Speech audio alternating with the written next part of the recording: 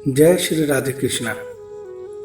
प्रभु को पहचानने वाले भक्त के द्वारा पूजा कैसी होती है यह हमें जानना चाहिए। उस भक्त का प्रभु के साथ सिर्फ और सिर्फ प्रेम का संबंध होता है। संत एकनाथ के जीवन की एक घटना है जिससे हम बहुत कुछ सीख सकते हैं। उस समय भारतवर्ष में रेल नहीं थी। दक्षिण भारत से उत्तर की सीमा हिमालय की गंगोत्री तक आना सहज काम नहीं था।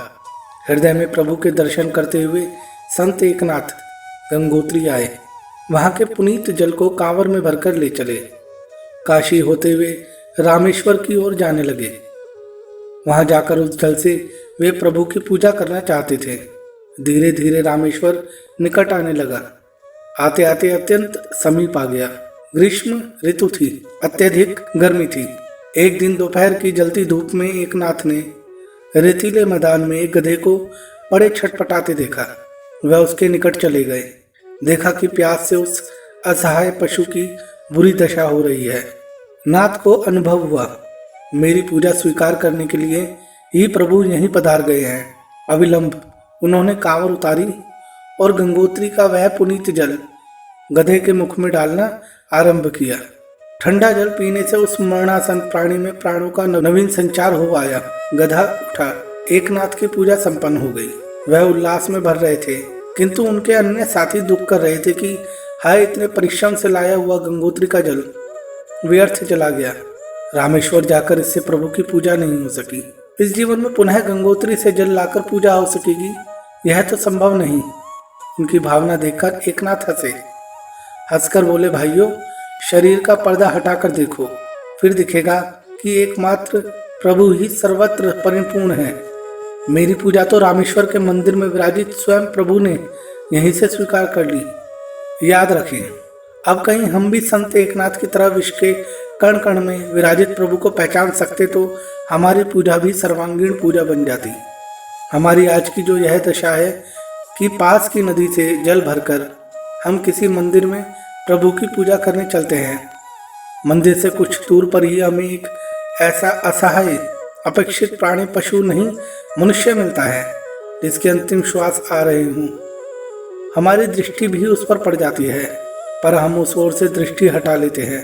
क्षण भर के लिए रुककर कौतूहल की दृष्टि से हम भले ही कुछ पूछताछ कर लें, किंतु आखिर हमारा भी उस मरणासन व्यक्ति के प्रति कोई कर्तव्य है, यह भावना भी हमारे मन में नहीं उद्दीप्त होती।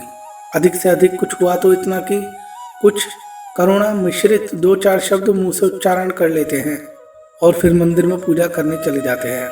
इतना भी नहीं करते कि अपने लोटे के जल की कुछ बूंदे उस मनुष्य के सूखते हुए कंठ में तो डाल दें। हमारा ऐसा व्यवहार प्रभु को पहचानने पर कदापि नहीं होता।